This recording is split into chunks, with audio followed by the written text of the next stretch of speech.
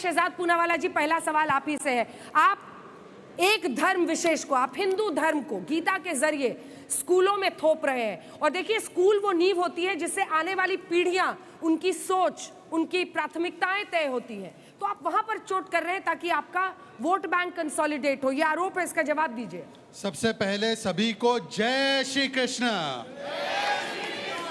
अगर हम गीता का पाठ पढ़ाकर स्कूलों में थोप रहे हैं तो आपको पता होगा कि ओरिजिनल संविधान की कॉपी में गीता का, प्रभु श्री कृष्ण का, प्रभु श्री राम का चित्र बना हुआ है। तो क्या संविधान निर्माता गीता और महाभारत हम पर थोप रहे थे क्या?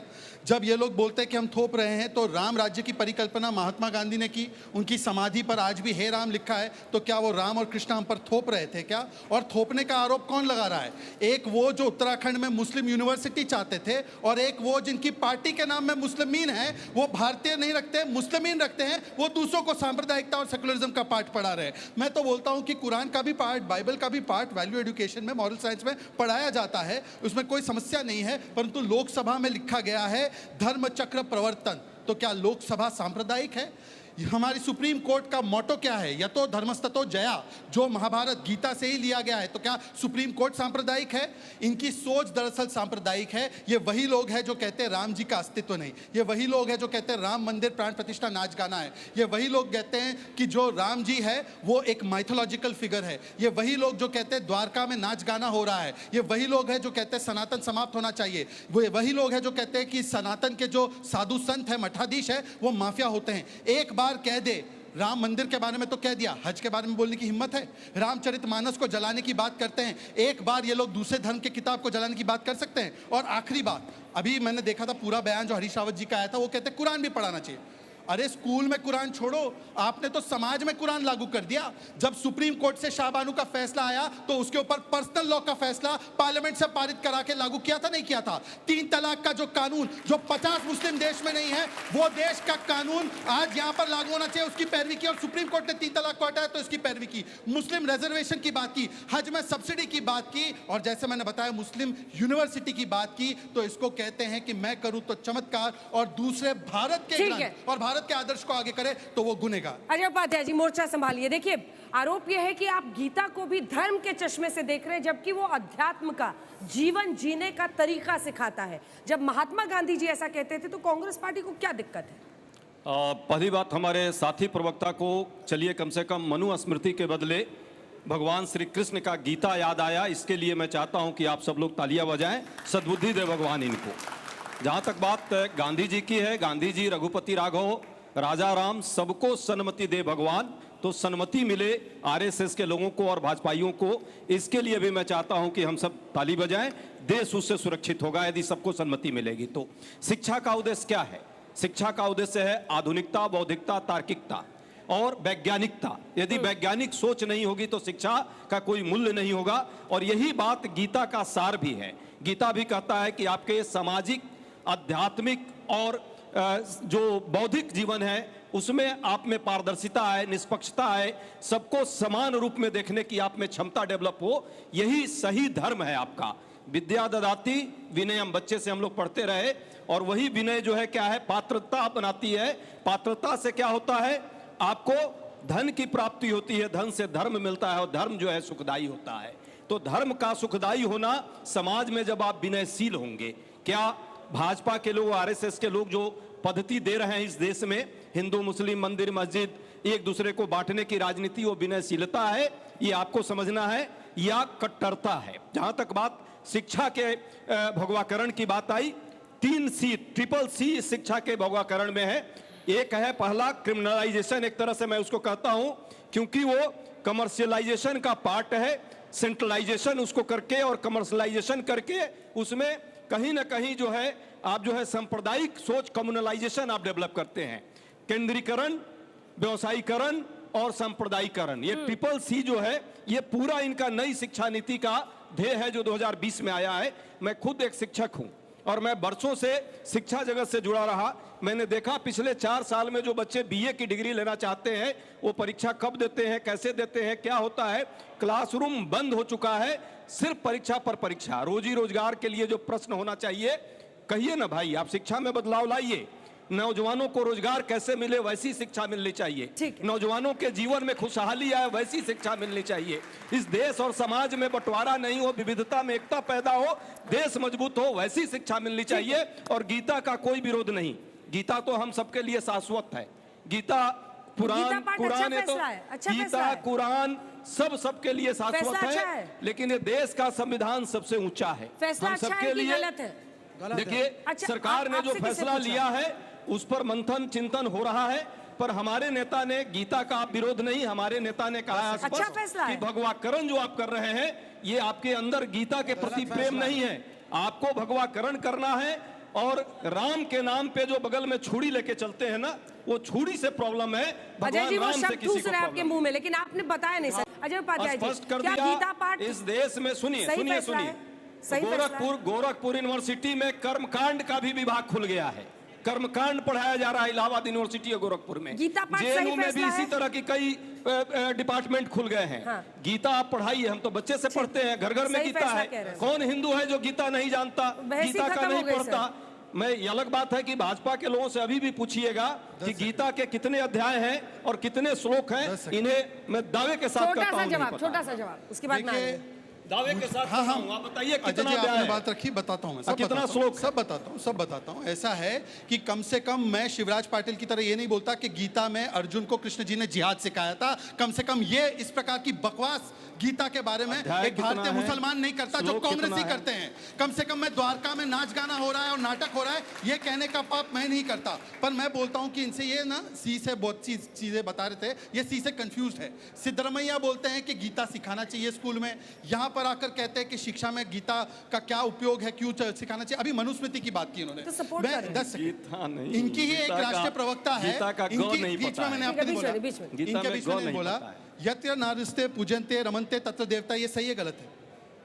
ये मनुस्मृति से, ये रोज आकर इनके राष्ट्रीय प्रवक्ता कोट पुण्यवाला करते जी से हैं, मैं ये मनुस्मृति पुण्यवाला से जी है, का मैं इसको कोट काउंटर करने नहीं का काम करूंगा। यही करते इन्हें हैं। ना परंतु गीता मैं बीच याद में है, ना देखिए, मैंने कुरान बीच में याद नहीं बोला। है, अजय जी इन्हें मैंने आपके बीच में भाजपा नहीं का बोला। सिर्फ संविधान अजय जी मैंने याद है। आपके मैं बीच में आपको नहीं टाइम बोला। दूंगी। आपको एक बात बताता हूँ, इस देश में मनुस्मृति का तो कोई कानून नहीं चल रहा ठीक है। है। मनुस्मृति की मनु की मूर्ति अगर किसी ने बनाई तो राजस्थान के अंदर इन्होंने 1989 में बनाई। इनके वकील हैं अभिषेक मनु सिंघवी, नाम में भी मनु रखते हैं, काम में भी मनु रखते हैं। परंतु मैं पूछना चाहता हूं कि जो देश शरिया को ऊपर रखना चाहता है, जो कानून शरिया का ऊपर रखना चाहते हैं आप देश में, उसके बारे में बताइए।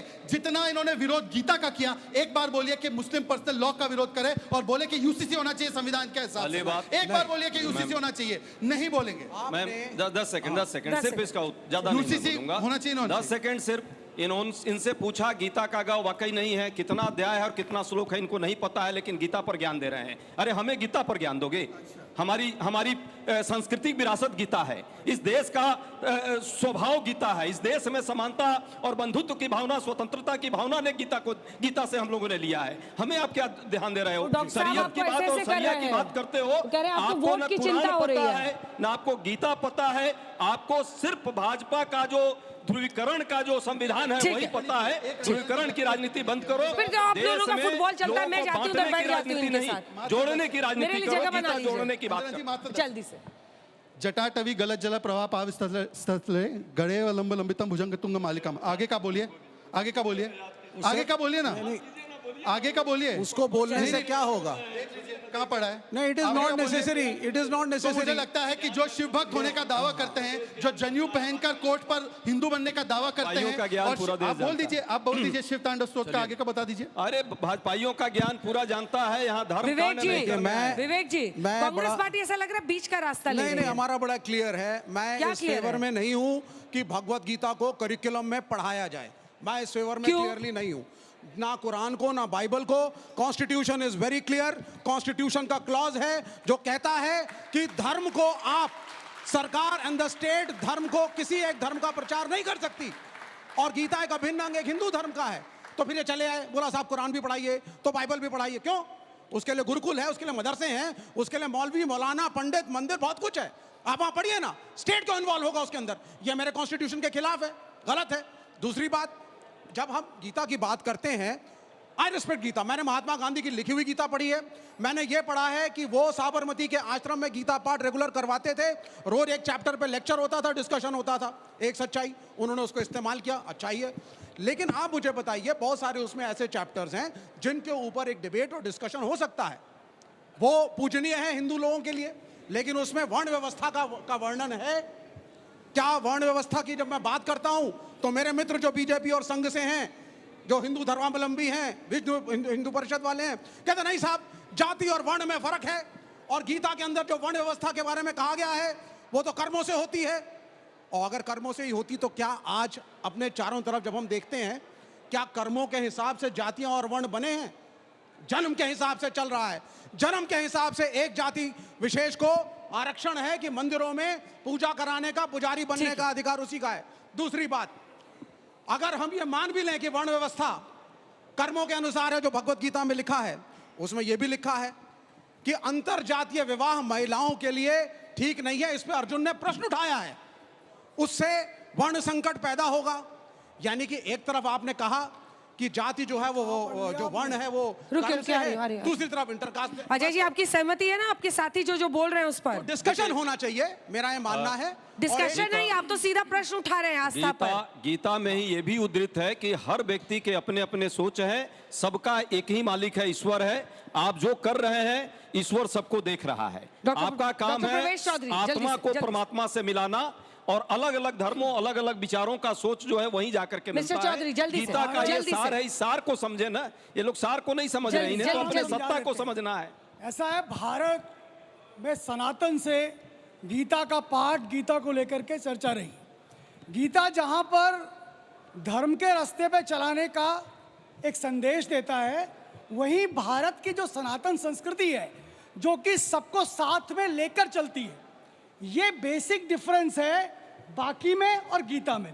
गीता अपने स्वभावतः ही इंक्लूसिव है, वो सबको लेकर के साथ चलती है, इसीलिए उसमें कहीं कोई भेद नहीं है। यही हमारी सनातन हिंदू संस्कृति, हमारी मान्यता उसको परिलक्षित करती है। इसलिए गीता को अगर भारत में नहीं पढ़ाया जाएगा, जो भारत का अपना सनातन संस्कृति का हिस्सा है, तो फिर कहाँ पढ़ाया जाएगा? एक सेटन करके तो फिर दूसरे धर्मों का भी शुरू होगा ना। एक सेकंड, वो करें फिर कुरान और बाइबल भी पढ़ाइए, क्या दिक्कत है? हम गीता को इसलिए पढ़ा सकते हैं कि गीता में एक व्यक्ति को मानव मनुष्य बनाने के लिए, जब विवेकानंद से रामकृष्ण परमहंस, आपने वर्ण व्यवस्था पे उत्तर नहीं दिया। मैं वर्ण पे बता देता हूँ ना, अंतर जातीय विवाह पे उत्तर दिया। सुनिए, आप सिर्फ नारे लगा रहे हैं कि गीता बढ़िया है। सुन लीजिए, चातुर्वर्णम माया सृष्टम गुणकरम विभागशः, ये गीता में कहा है। किसने कहा? भगवान कृष्ण ने। ये चारों वर्ण मैंने बनाए हैं, और किसके आधार पर? वो कर्म के आधार पर हैं। ये भगवान कृष्ण कहते हैं, यही नहीं कहते। युधिष्ठिर के साथ वन पर्व के अंदर यक्ष के प्रश्न का उत्तर देते हुए युधिष्ठिर कहते हैं कि ब्राह्मण कौन है, क्षत्रिय कौन है, वैश्य कौन है, शूद्र कौन है। अरे साहब, इधर देखिए तो कर्म के आधार पर आज जाति तय हो रही है। आज जाति तय हो रही है। सुन लीजिए, बहुत सारी व्यवस्थाएं खराब हुई हैं। उस समय किसी चीज का औचित्य रहा होगा, आज उसका ठीक है, तो अच्छा संदेश है ना। प्रॉब्लम क्या है पढ़ाने में? पढ़ाने में अच्छा। शोएब जमई जी को बोलिए। नहीं मान सकते। भारत में जाति नहीं, भारत में ज्ञाति शब्द है। अंतरजातीय विवाह पे बोलिए, मतलब नॉलेज। अंतरजातीय विवाह पे भी बोल दीजिए, जो गीता में लिखा है। हजारों साल पहले हमारे मनीषी ने लिखा। अंतरजातीय विवाह पर सुनिए, मातंग ऋषि चंडाल का पुत्र है, मातंग ऋषि चंडाल का पुत्र है, और वेदों की ऋचाओं का मैक्सिमम भाग वो लिख रहा है। शवपाक कौन है? नारद एक शूद्र के बच्चे हैं, वशिष्ठ एक चंडाल का पुत्र है। ये कौन है? ये कौन है? पराशर मातंग का पुत्र है। हर व्यक्ति अपने धर्म के बारे में अच्छा ही बोलेगा। भारत की संस्कृति में इस्लामिक स्कॉलर को खड़ा करूंगा, वो कुरान को अच्छा बोलेगा। हमारे यहाँ वर्ण फादर को ले आऊंगा, बाइबल को अच्छा बोलेगा। आप मुझे फैक्चुअली इनकरेक्ट करके बोला ना सर, आपको अंतरजातीय विवाह पे बोलिए। शवपाक कौन था? अंतरजातीय विवाह पे